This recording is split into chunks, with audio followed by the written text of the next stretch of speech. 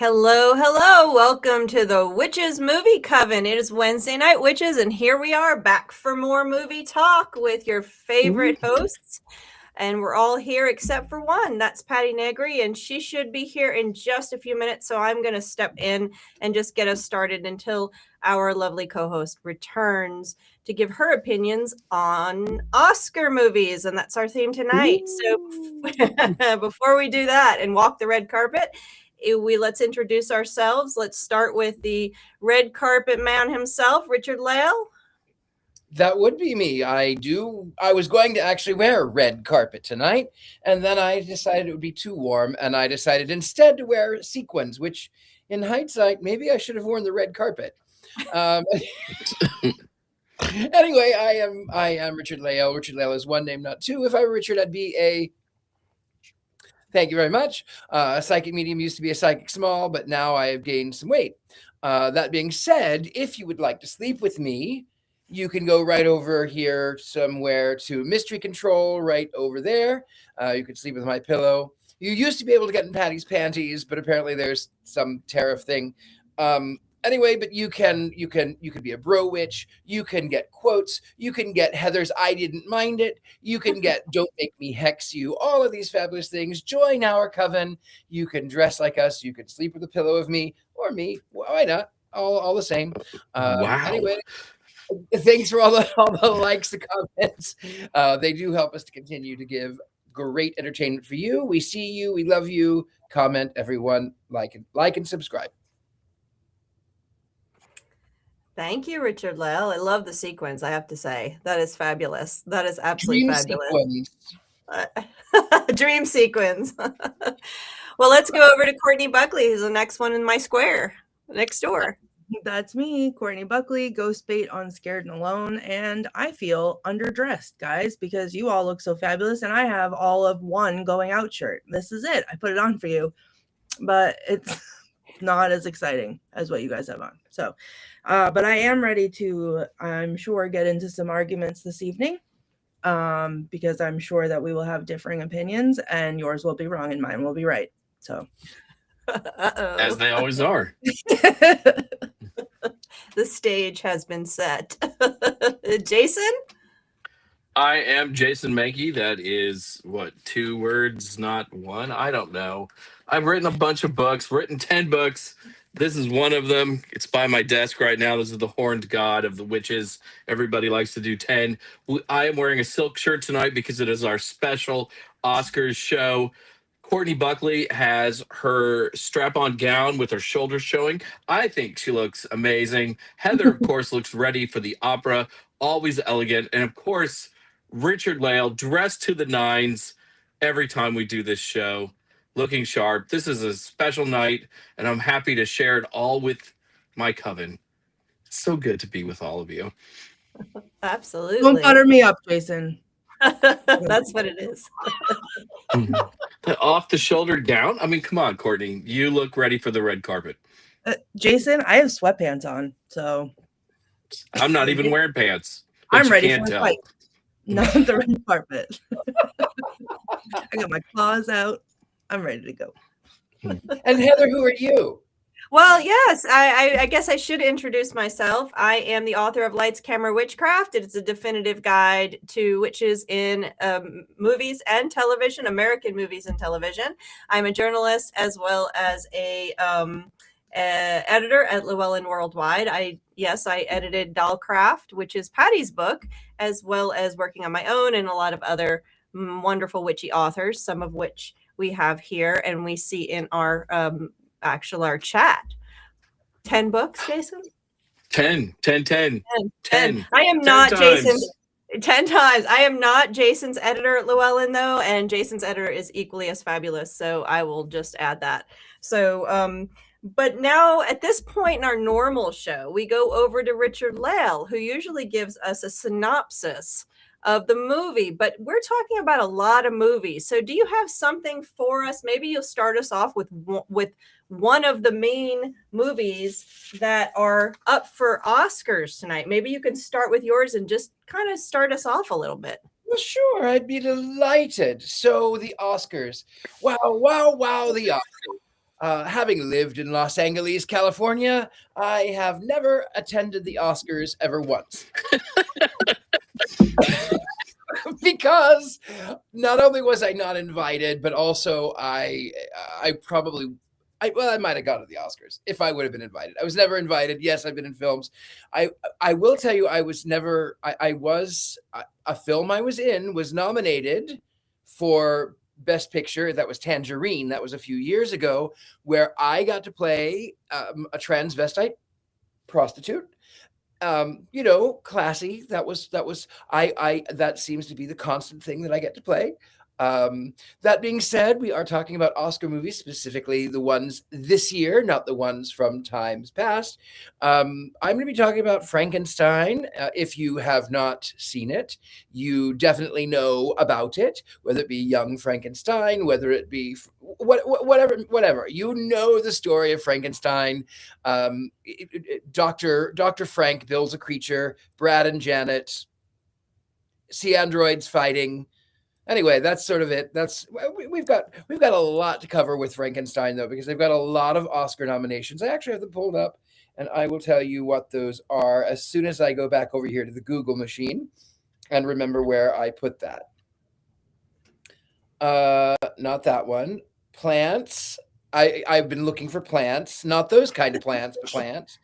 I'll just quickly re-Google it because otherwise it would take forever.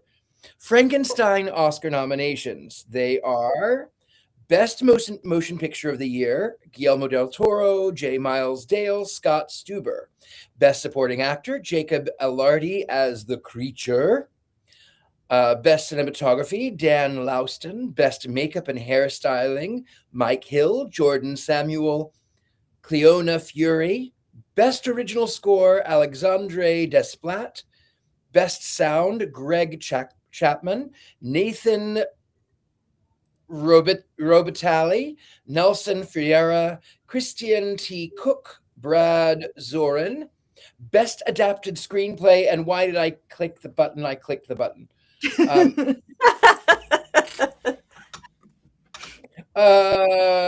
Best Adapted Screenplay, 98th Academy Awards. Best Sound, Greg Chapman. I already said that. Brad Zorin. The film released by Netflix. Netflix in 2025 also secured multiple Saturn Awards. Nominations, was recognized by the American Film Institute as one of the top 10 films of 2025. That's awesome. I didn't write that.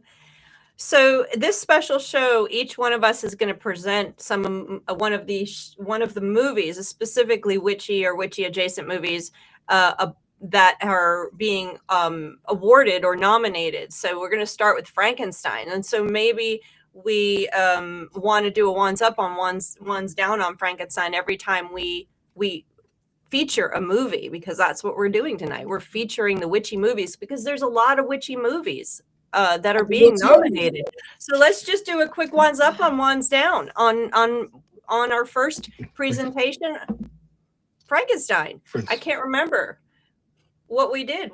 I think we were pretty much unanimous. Wait a minute, Jason. Oh, that's right. I didn't like Frankenstein. I thought it was way too long. It floundered on and on and on. I was bored. It was beautiful. It certainly was beautiful, but there was too much Frankenstein. Movies do not need to be that long. I am giving you a wands neutral. It's worth watching, but I can't imagine that I'll ever really watch it again. I love it. I love it. I love it. That's why I didn't have to do this, because we talked about it last week. Jason doesn't like Frankenstein. You know, the reason I like it is because every time I see Frankenstein, any version, all I can hear is Bela Lugosi complain about Boris Karloff, that cocksucker.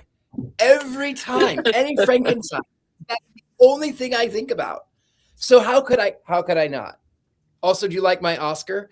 I don't have anything else. Well, we're going to keep coming back to all these movies that are witchy and are getting awards. But before we do that, typically in the show, we're going to kind of stick to the thing. I'm going to do some 5 things. You have something to say before I move on to my 5 things, Jason? No. Oh, okay. I do. No. I'm gonna smack Jason in the face with my hairbrush because how dare you say something like that about Frankenstein? It was beautiful and it was sad and it broke my heart. It didn't tear my soul from my body like some other movies did that I'll talk about today, but it was beautiful and he just wanted to have a friend. He was just a little guy and he just wanted to have a friend, and I cried myself to sleep after watching it. And I've never cared about Frankenstein before. I needed a cup of coffee to wake back up. That is what I needed after watching the You film. know what you need is taste in movies. That's what you need. It's fine. Ooh. Well, it started early. This is sassy tonight. Holy crap. Man. I cried myself to sleep too, Courtney. I was 100%. I was an absolute wreck after Frankenstein. I was an absolute wreck. So I'm totally with you there. He just was Boris a little Karloff's friend.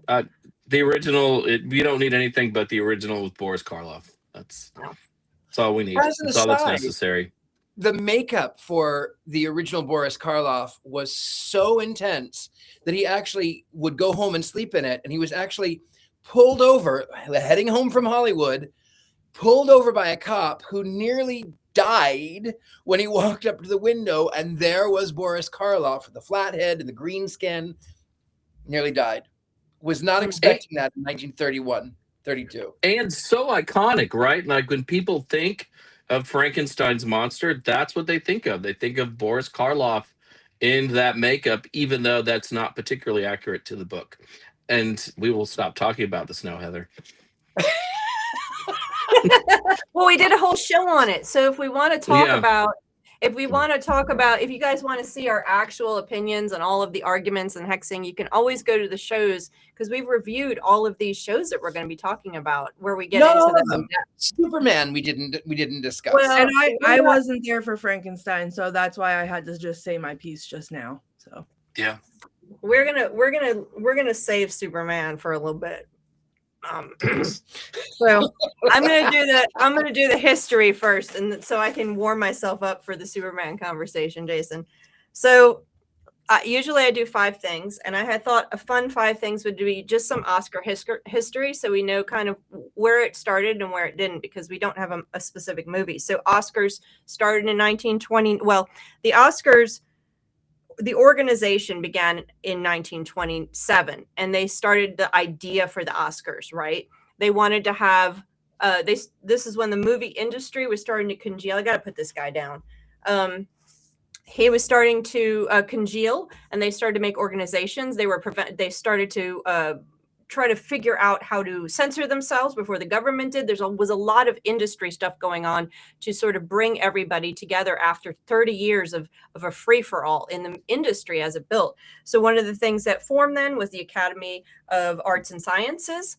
And of course, they're the ones who immediately said, let's have an award show. So 1929, May 16th was the first award show held at the Roosevelt Hotel Blossom Room. I think there was like 19 awards given. And then the first televised version was 1953. So this is sort of the beginnings of the Oscars. So number 2, we have the statue itself, a little magic, which I thought was super cool when I was reading about it.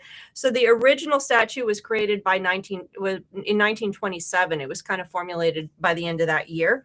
It was originally to be a knight with a sword with a big film canister behind it with 5 spokes. So the 5 spokes were specifically to represent the 5 main areas of filmmaking, which are acting, directing, producing, technicians, and writing. So that's the 5. And so the spokes represent that, and the sword represents protection for the industry itself. So you have a little bit of magic in the creation of Oscar himself. Of course, by the end, they streamlined it. He isn't a knight, and he is what we see today. And he's always been metal, gold-plated metal, except for during the wartime years when he was plaster painted, because obviously wartime and metal was scarce. So it's kind of some cool stuff. So and everyone who wins one gets plastered. And also the people who don't. Yes, that's true. It's part of it, right? That's what's going to happen after the after party after the show, right? So back to number 3. So films. First firsts. So the first film to win the Oscar for Best Picture is called Wings. It was a silent film. The last film that's all black and white to ever win an Oscar was called The Apartment, 1960. I just recently watched it. It's with Jack Lemmon. So good, so good. Let's see. The first time they offered the feature animated film award was in 2002. Does anyone know what film won that year? 2000. It was a 2001 animated film. Was it Nemo? Nope. A Toy Story? Shrek. No, you guys are. It was Shrek. Oh. As it should have been, and Toy Story should win no awards and just be lit on fire. So. Yep. Can't throw anything away ever again. The first animated feature film to win Best Picture. Do we know what that is? Snow White and the Seven Dwarfs. No. Try again. Oh, Beauty Little and the Mermaid. Beast. Beauty and the Beast. Oh, Beauty or Stockholm Syndrome, the musical, you mean? That's true. What did it win for? Best Picture. It won Best Picture? Yes. First film to win Best Picture. Yes. No, animated. Yes. So let's see. First foreign film to win Best Picture. It's Tangerine. Parasite. That's right. And let me see. So that's Best Pictures. First picture that had a female director. And we know that one. Tangerine. I was in that one. No. The Hurt Locker. I never saw that one, actually. 2008. And the first picture to have a black director. Tangerine. I was in that one. 12 Years a Slave.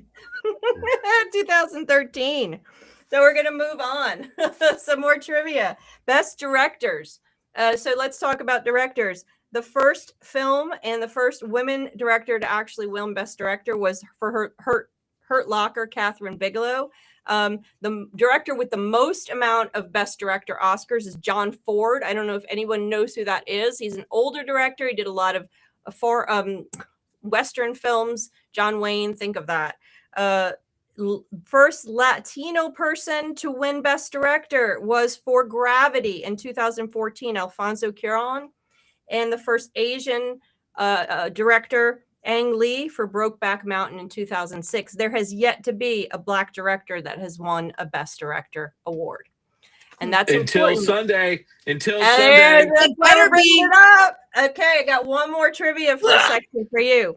So this is going to be Best Actors. The first, the actress with the most amount of awards and nominations for Best Actress. Anyone know who that might be? Meryl Streep. Close, but no. It's a good guess. Glenn Close. Nope. Courtney Cox.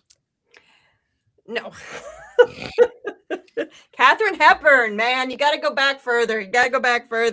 And the actor, this has surprised me. The actor with the most amount of wins, Daniel Day-Lewis. That doesn't surprise me. It surprises me.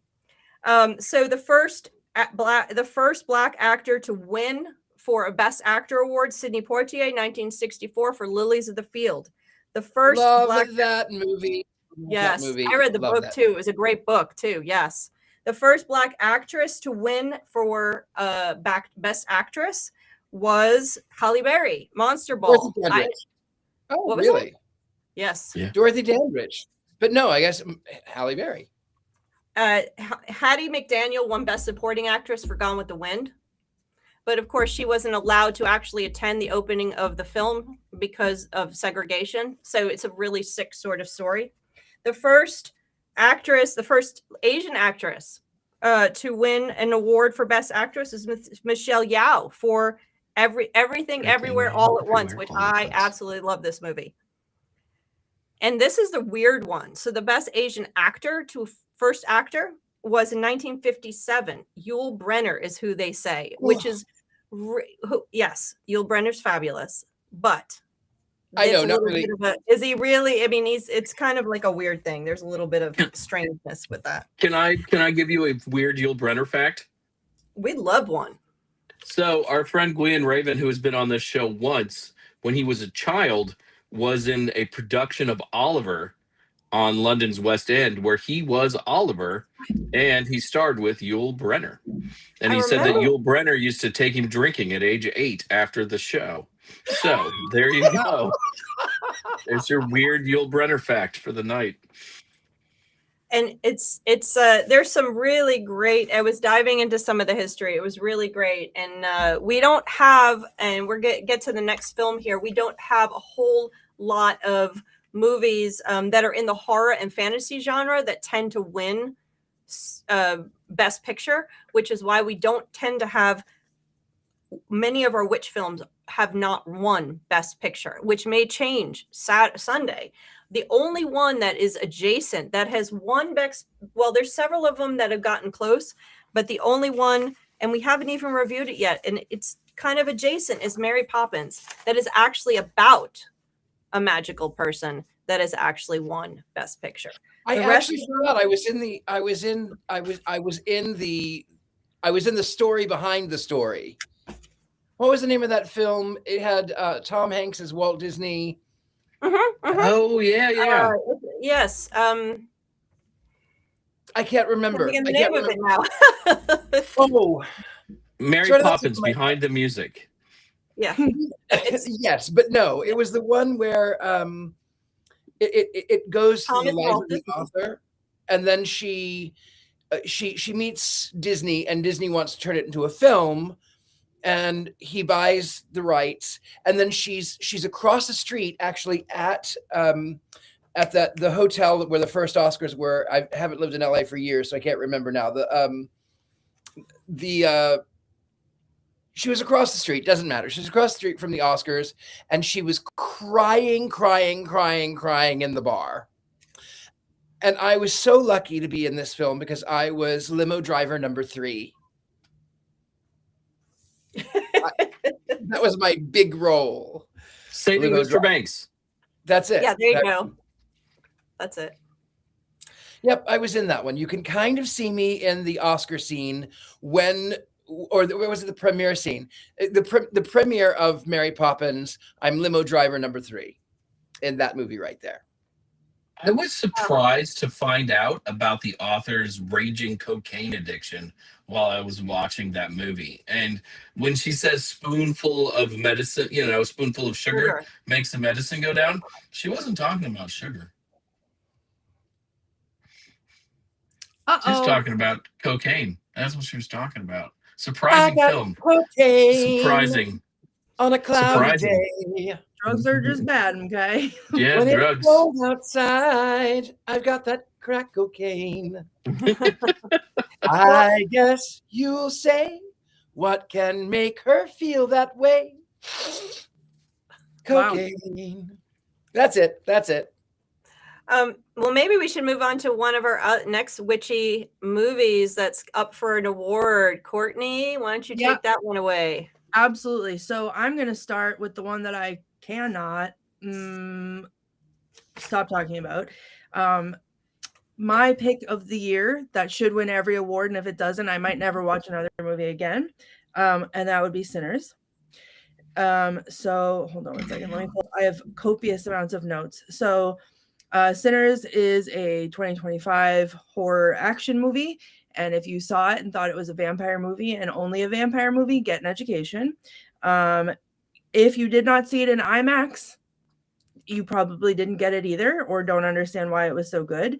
Because it was filmed in IMAX and it was meant to be seen in IMAX. And I don't care how pretentious I sound about it. It actually does make a difference. It was directed by Ryan Coogler, released on April 18th, 2025, with a budget of $90 to $100 million. It is nominated for a record-breaking 16 Oscars this year. Hold on, I'm pulling up my document, my many-page document.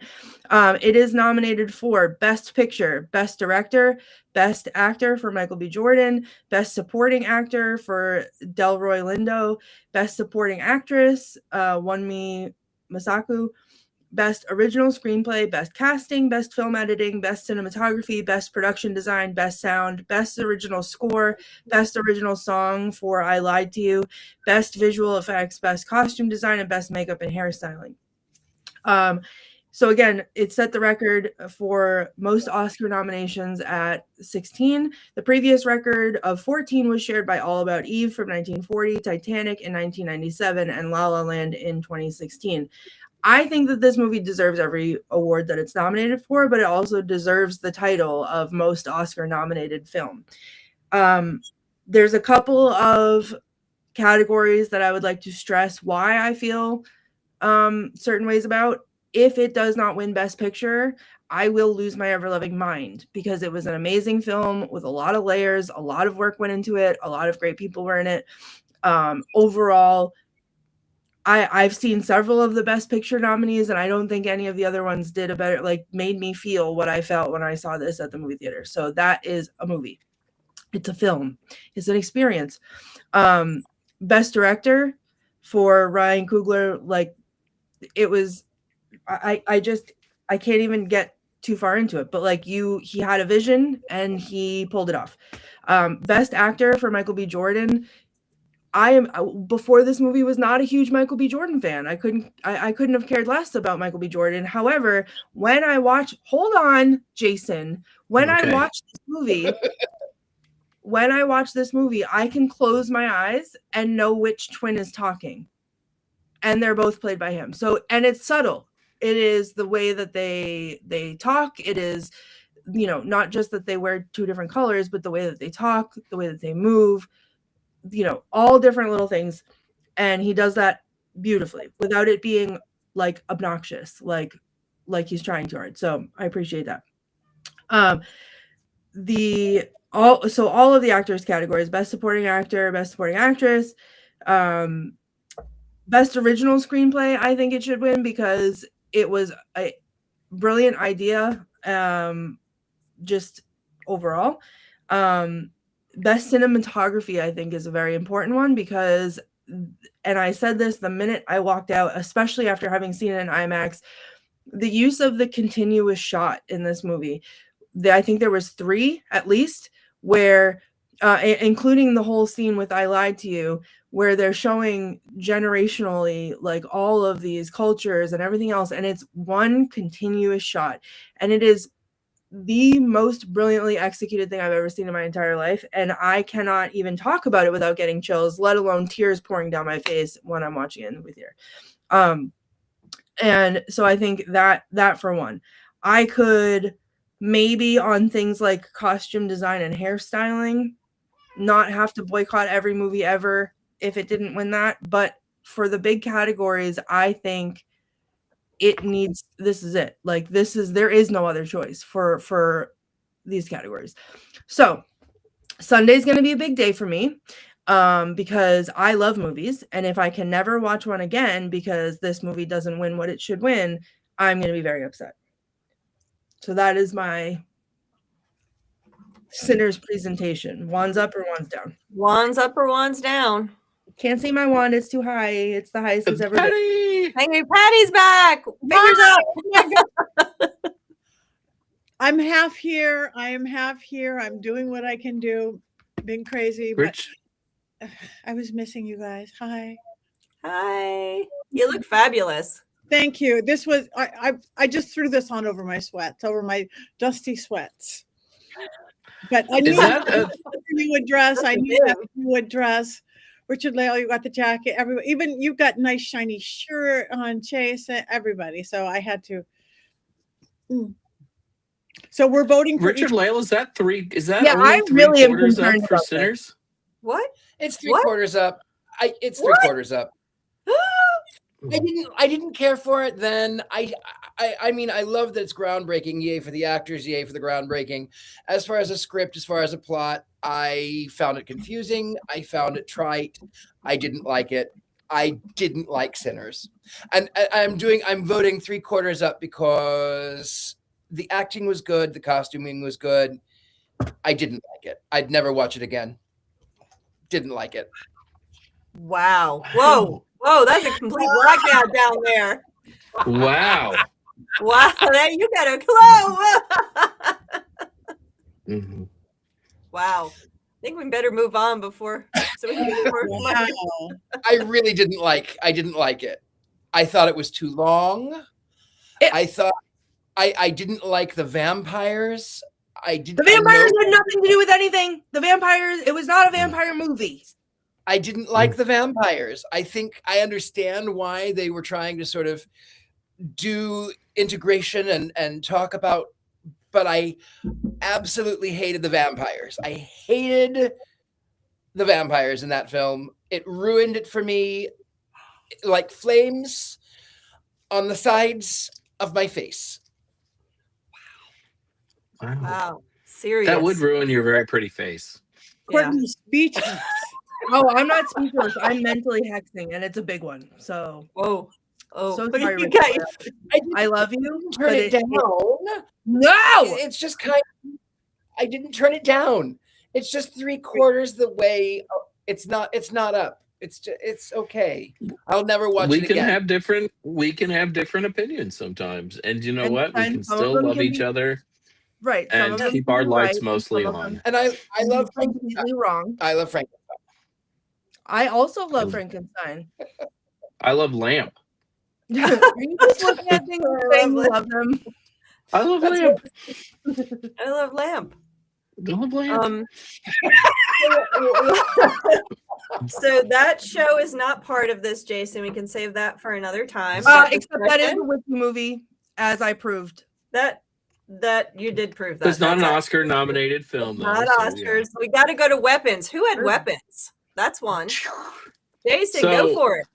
So Weapons is only nominated for one Oscar award, and I think it should have been nominated for Best Original Screenplay. Maybe not one, Courtney, but should have at least been nominated. And of course, Amy Madigan, in her role as Aunt Gladys, is up for Best Supporting Actress in a Motion Picture.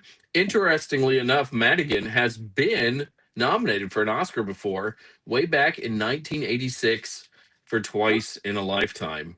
So if you don't remember Weapons, imagine your worst aunt at Thanksgiving possible.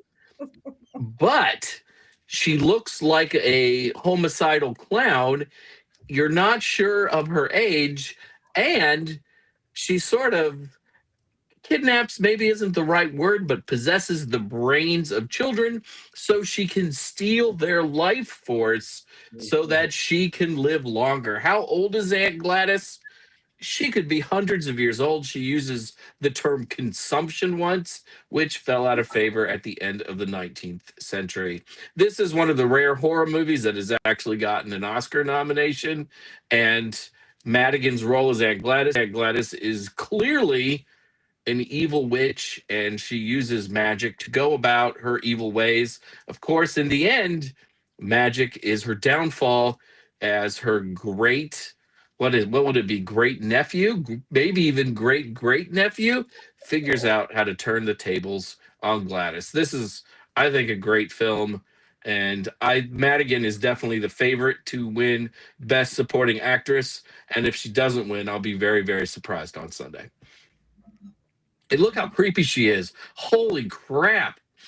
I will admit, when I first started watching this movie, I thought she was a vampire and not a witch because there was just something so unhuman about her appearance. Mm-hmm. She's a really interesting character. I had a talk with someone about this on a level of comparing her with other witches and in my book and the analysis of the way they present witches and which is what they do. And she's a really interesting next evolution in the clown witch concept that I've put in my book, and I talk about how it's evolved, and she's the evil version of it, and you don't have an evil version. She's the first evil version of what is the clown witch. And clown witches in the past have been usually comedy and fun, like Bewitched, Endora is an example of it. So she would be, there's a lot of them. That's just the most obvious one. There's a lot of them over time. And she's the first time we have one in a horror film that's truly evil, turning that fear of clowns and the fear of witches and the fear of stealing kids and all that into one magical person. She's an interesting character for sure. I give this one a wands up. Anyone else? Oh, I love this movie. I would Oh, argue, this is I would argue that she and Pennywise and Mary Poppins are all of the same genus. Could be, and Endora. She's got to be from That's the it. same. Do you think this movie should have gotten more nominations, Heather, as our movie, historian? I think so. I like the idea of a best screenplay, original story, screenplay, that kind of area, because it was the there. But it's up against some hard hitters. I mean, the beauty of some of these other ones are just, it's kind of like Wizard of Oz was up against Gone with the Wind and never would have won against Gone with the Wind. It just wasn't going to happen. And it's a horror film. And the only horror film that's ever won Best Picture is Silence of the Lambs. Yep. And that's not even the heart of horror. It's not the same type of horror. So, it's got a couple things against it, but it definitely was a fantastic story and very, very current. And, but never would have won against Sinners for a best original screenplay. Never. No, I don't think so either, but I thought it deserved the nomination. Yeah. For sure. I always like it when I'm surprised when I watch a movie. Yes. And very often I'm not surprised. Sinners was a movie that surprised me, and Weapons was a movie that surprised me. And, they get extra points just for that. But I think it was probably my favorite thing about Weapons, watching it. Like, you can't recreate the first time that you saw it in the theater, right? Like, because I had no idea what it was, and I almost got mad and I almost wanted to leave because I thought it was going to be like a school shooting movie, and I was about to be really upset that I had sat through enough of it for it to turn into that. And when it turned witchy, and I don't think I've been that excited at a twist before. So I agree with you. I do think that it should have been nominated for more things, but not win them over Sinners. So, but I also, looking at the best adapted screenplays, or those were adapted. Okay, hang on. Best originals. There's some heavy hitters. I mean, Blue Moon was, oh my goodness. If you guys haven't seen Blue Moon, watching that one is breathtaking. The acting is amazing, but it's not going to win. Some of these other ones, it's up against heavy hitters, but it definitely was excellent. For a horror film, very, very tight. Like Hereditary felt the same way. It was a really tight, really good horror film. Solid. Yeah. And much better than Hereditary. Oh, I don't know about that. How dare you? Love Hereditary. Go away, Jason. Turn your own light off. You know my feelings about Hereditary. I have had enough of this. Well, Patty hasn't said much here. I know you have a movie to present, so why don't you present your movie, Patty? I certainly will. Hi, you guys. Thanks for covering for me. I'm in the middle of this insane project, the most insane thing I've ever done in my life. I should never have started it, but it's going to be really good when it's done. But yes, my movie is K-Pop Demon Hunters, which is perfect for me because I'm not an animation person. I'm not the K-pop person. But it has been nominated for 2 awards, both Best Animated Feature and Best Original Song, Golden. Golden is certainly popular. It's gone TikTok popular, Instagram popular. Everybody does Golden along the way. It released on Netflix in June, and it's about a girl group called Huntrix who secretly fight demons while competing with the rival boy band who are demons. So literally it's already got a Golden Globe for Best Animated Motion Picture, a Golden Globe for Best Original, right? It's won them already. Oh, yeah, it's won them Critics' Choice Award for Best Animated Feature. So it's doing good. Grammy Award for Best Song, 10 Annie Awards in the animation industry. So it's doing really well. It's over 100 things so far. I like how they use music as magic, both music as magic for the positive and music for magic as the negative. Kind of like only in Hollywood do we get, animated pop stars fighting supernatural evil and competing for best song. That's just kind of cracks me up about it. It is a super catchy song. Yes, I love the song. When I first saw it, again, not being an animation person, I liked the film. I thought it was good. It held me. But until I saw the real, and I like the music, I like the song, blah, blah, blah. But until I saw like a clip or a different show with the real singers singing Golden and the songs from it, which there's a million of, that's when it hit me. I guess that's my non-animation person. That's when I saw the passion, real humans putting into that music, into those songs. And there's so many cuts and fish. That's when I really got the music and fell in love with the music versus just, oh, that's catchy. Oh, that's catchy. I just totally fell in love with it. So I like the magical symbolism again, the girls win, good wins, bad demons go away. And they are pop stars. That's what it is. They made Barbie look fat and short though. The animation. It's anime. What? Yeah, the long legs is like, that just worries me, even though I am the ultimate Barbie girl for kids image wise and stuff. But I know it's animation, it's K-pop Demon Hunters, good. So I'm going to go wands up on it. Especially Yeah, I think most of us enjoyed that when it came out. Courtney, maybe not. So here's the thing: is I have refused to watch it because I work in a special ed classroom in an elementary school. So all I hear all day long is all the songs over and over again and commentary about all of the different characters. So I pride myself on being able to say, I don't know what you're talking about. The songs are so catchy. Like I love the songs without having seen the movie, but don't tell them that because then they'll sense my weakness. I don't think I can vote for it yet because I haven't seen it. Okay. Richard Lale? Fair. I hated everything about it. I hated every second of it. I hated every kitschy, catchy tune. I cannot tell you how much I hated this movie. I felt that I had unleashed the demons by watching this film.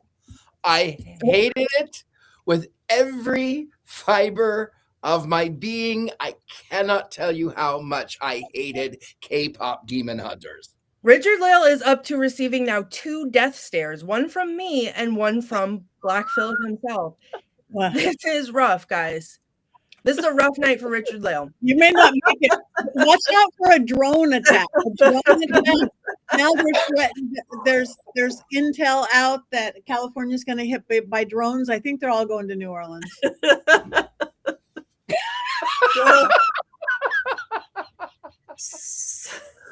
So just be careful out there, everyone. Yeah. So other movies that we have reviewed that have actually won Best Song, which is what this is mainly going to probably has the best chance of getting. It's a great song. I love K-pop Demon Hunters. I love the songs. I sing them. So the best songs is A Wizard of Oz, of course, won Best Song for Rainbow Over the Rainbow. We have one of our favorites, Coco, one for Remember Me, which makes us all cry. Hold it together, everybody. Yep. And then I think I'm about. You did. You were frozen. What was the last one you said? Coco, Remember Me. Yeah, we got that. Yeah, one. we heard you. And then Frozen, Let It Go. Interestingly enough, Let It Go and Remember Me were written by the same duo, married duo. And then Little Mermaid also won Best Song for Under the Sea and was nominated for a second song as well. So Mary Poppins also got Best Song, but we haven't reviewed Mary Poppins yet. So those are some of the ones that have gotten Best Song that we've actually talked about. So who else has a movie too? I think what other witchy movies are up? I think me. I have a dissertation. Me. You. And yes, it's so topical because someone has mentioned it in the comments. Tabitha, reading my mind. Tabitha said we need to do Hamnet. And let me tell you something. I misunderstood what we were doing tonight for this show. So what I in my brain intended to do, and I made like a 26-slide Google presentation, was I was going to go through and watch as many Oscar-nominated films as I could so that I could decide in each category who was going to win, even though I already knew. But I felt like I needed to be educated. So I had movies on my list that had no witchy nothing, because maybe I was not there for the production meeting. I don't know. But either way, I misunderstood. So of all the movies that were on my list that I had not seen, I was like, Hamnet is the one that I wanted to see in the movie theater. So I'm going to start with Hamnet. And when I tell you I started with Hamnet and I did not watch a single other movie, because I have not been the same since. Okay. I have notes here that I will read to you, because hold on. I have to edit them because I give things away. So for those of us who have not seen it yet, I will not reveal too much. But I said, I just finished Hamnet, and all I can say is praise Satan I didn't see this in the theater. I had to take a break halfway through so I could make a poor attempt to stop crying, and I ended up hyperventilating. And producer Rob, I don't know if you have the picture, but I sent it to the group chat, what I looked like halfway through Hamnet. This movie feels like it tore my soul from my body and was not at all what I expected it to be. I had no idea it was going to be witchy. I had no idea what it was going to be. I thought it was going to be like a love story, and it was. Anything like that. It was that partially, but that's really not what it was mostly about. So I thought I was going to watch a girly little, like, be in my feelings, maybe a tear or two will come out. It's not what happened. Yeah, there it is. There's me, hysterical. I just finished hyperventilating, and then I had to watch another hour of this movie where it just continued to get worse. And by worse, I mean amazing, but I will never watch it again. To start, I didn't expect it to be witchy, and it was. There was a lot of callbacks that were really cool, that I appreciated. Spoiler. I don't think a single scene in a movie has broken my heart the way that one of the scenes in this movie did. It was an incredible movie. The cinematography was beautiful. The forest and the elements were also their own characters, which we always love. And having said all that, I will never watch it again, and I don't know how to recover from this. And I literally have not been the same person since. I dehydrated myself. I have not recovered. Yeah, Tabitha has not made it through. I stopped literally halfway through. There was one particular scene, maybe you're at the same spot that I'm talking about. And it just, I couldn't breathe. I couldn't catch my breath because I was genuinely hysterical, and I had to stop the movie, and I was wailing. And it just kept getting, it was like nothing else could happen to make me feel like this. And then more things happened, and more things happened, and more things happened. And I was just sobbing audibly, hysterically, and I kept having to pause. I was screaming, no, not more. No, don't do that to me. No. So thank God I didn't see it in the movie theater. But it is amazing. I think there are, I think it deserves every nomination that it got. And I don't know if I want to watch it now. Definitely watch it, but be mentally prepared. And I was not. So learn from my mistakes. I did not know what I was getting myself into. It was worse than Coco. And I'm pretty sure when we did Coco, I hadn't finished crying while we started the show. It was worse than that. The crying was worse than Coco. So worse than Frankenstein? Yes, by a lot. Like the Frankenstein, I was crying, but I was like, it was like tears pouring and like some sniffling. This was like somebody died. Like I actually could not. Yeah, great. Let's put it again. That was only halfway through. There was still another hour of trauma after that. So yeah, I did not watch one single movie, one more. And I don't know, other people that I know have watched it, because that was my commentary on it, and cried, but didn't cry the way I cried. And I did make a note because I went through everything that it was nominated for, and I did make a note in one of those that I don't know that it was actually the movie that was making me feel that way. Like, the movie was great, but I think it was the way that I personally, with my life personally, connected to what was happening in the movie, that just, it was like a homing beacon on every single nerve that it could have plucked, and it plucked all of them. And then my body, which was 90% water, then became 2% water after that for a while. Wow. Go see it, please. So one's up or one's down. Has anyone else seen it? This is one of the few I haven't seen yet. So I'm going to watch it. I need a good cry. No, this is not. I'm just putting it down because of the propaganda. As a conspiracy theorist who doesn't think Shakespeare wrote those plays, I'm legally obligated to do this. It's not really a reflection on the I don't motion even think it picture coding. reveals that he's Shakespeare until literally the last 5 minutes of the movie. Okay, then I'll raise this then. Because I think I genuinely I thought about this as I was watching it, and I feel like they never said his name the whole time until the very end. And Just then call him Bill. I don't think they called him anything. They kept calling him like your husband or your brother or this or that. And then like the last 5 minutes they were going to find him, and someone said, "Hey, who are you looking for?" And they said William Shakespeare. And if I hadn't known it, it would have been like, ooh, reveal moment. I mean, obviously I knew what it was, but yeah.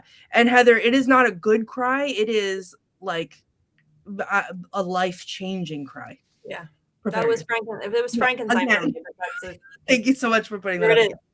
I'm looking forward to it. It's actually one of the few that I haven't seen on the list because I was going through the same thing. I was going through all of the ones, and I want to add, first of all, I was assigned a movie, and my movie got snubbed bad, like literally snubbed.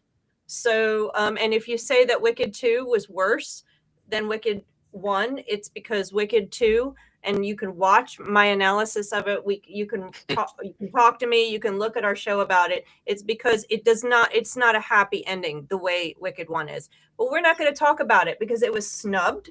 But I'm okay with that. You know why? Because it got awards the first time around. And so that's fine. We need to make room for everybody's voice in this society. So that's fine. But I would like to bring up one other movie that's up, One Battle After Another. It's not, I didn't like it. Well, I did, but wait. It's not a witch movie technically, but they do call the main character a witch. And in just one moment where they call, and it's been a while, I haven't seen it for a month, so I can't remember everybody's name, but they call the main character, the female the mother who goes away. The political guys call her a witch. And why do they call her a witch? Because she didn't do what they wanted. The powerful political guys, the white guys, the ones in the little cabal, just the one guy wanted him or the woman for his own. And when she walked away and when she went away and she left and she ignored him and she gets called a witch. So the term is used there in the very classic sense once in the film. So I just thought I'd bring that up. It is a difficult movie. I cried during most of the ones I've seen. Train Dreams made me cry. It was beautiful movie. This one did. I cried at everyone. But this one is a rough movie to watch. But it wasn't but I don't think this is an Oscar winner movie. It's interesting. It's fun. It's well acted. It's not going to win the Oscar. It's a fine movie. I do not understand why people think it's so great. I thought, again, it was too long. It doesn't, to me, have the degree of difficulty that Sinners did in its making, but the Oscars traditionally have never cared about the degree of difficulty that goes into making a film, which is why superhero movies are not nominated. And another reason why Superman was not nominated, a movie that I love because it's hopeful and makes me feel good and made me cry about 5 times while watching it in the theater, all the many times I watched it. I have another nominated film that was surprising and not witchy at all. F1. Yes. I don't care I don't care about F1 racing. It doesn't interest me, maybe a little bit when they crash, but like overall it is not a topic that I am interested in at all. And Nathan and I went to see it in the theater because there was nothing else and we were bored and it was like $5 Tuesday. So we thought, well, let's try it. And we both walked out being like, I love that movie. It was so good. It was fun. It was good. It was fun. And Begonia was garbage and I didn't like any of it at all. So I don't know how that's nominated for anything, but we're close to running out of time here. But I do want to add on F1. I live with a rabid race car fan and who we saw this one and we saw the Ford v Ferrari back when, am I gone? No. No, you're there. I Okay. Ford Jason v is gone. Ferrari. Oh, Jason is gone too. So okay, so I thought I froze again. But we saw Ford v Ferrari and we compared this, and he came out of this one going, "This one feels real." They did a great job with F1. I really enjoyed it too. But it's not. It's a great fun movie to watch. But like, what is it called? One Battle After Another. They're not complex. And I just want to also add that I don't know any Superman. I don't know what Jason's talking about. So forget that movie. That was terrible. Did you not see it? Did you? I did see it. I did see His it. voice from beyond the grave. What is this? Jason is haunting the Witches Movie Coven. That's when people badmouth Superman. I am there. I am there. Where? Where are you? There he is. Back. Jason and his No, I what don't you like get. Superman. Oh, bye. He's gone again. See, you know what? That's not okay. Like I can have an opinion without Jason like storming off. Oh, he's back. I am human, just like you. The immigrant part, which Superman, of course, is an immigrant. He's been othered by people like Lex Luthor, and there's so much hope and love in the Superman movie, and I think it's great. It certainly doesn't deserve to win Best Picture, but in this time when something can make you feel good, when something can make you feel good about other people, it's really needed, and that's what Superman was for me. Amazing film. Amazing film. I haven't seen it, but I want to go back to F1 for just a second. I am so glad everyone said Formula One because I was thinking F1. Who are we effing? I don't effing one know. I don't know who is being effed. I really did not know. I am so glad. There's a lot of people to F right now. That's for sure. Richard Lale, both myself and Black Phillip gave you death stares, so I think it might be you. I might be the one getting effed. Not in the fun way. I haven't seen Superman yet, and I haven't seen most of these yet. Heck, I've hardly taken a bath.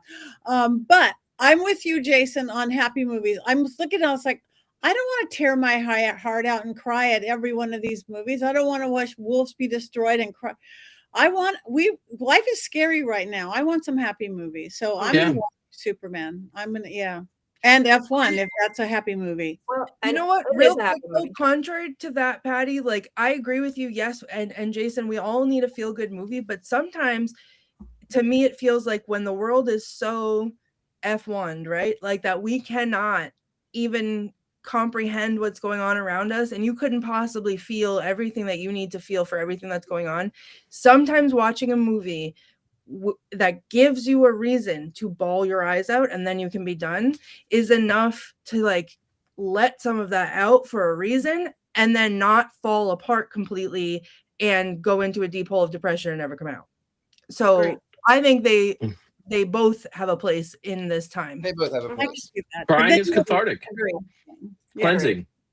And on that note, we could talk about these movies for another hour, I'm sure, because there's so much to talk about, but we are running out of time. So does anybody have anything they want to talk about that's coming up? Courtney? I'm filming this weekend. I am filming with the XL Network a game show called Truth or Scare, where I have to compete against Christy Parrish, who knows everything, and I'm terrified, in history of the location that we're filming at, among other things, trivia questions.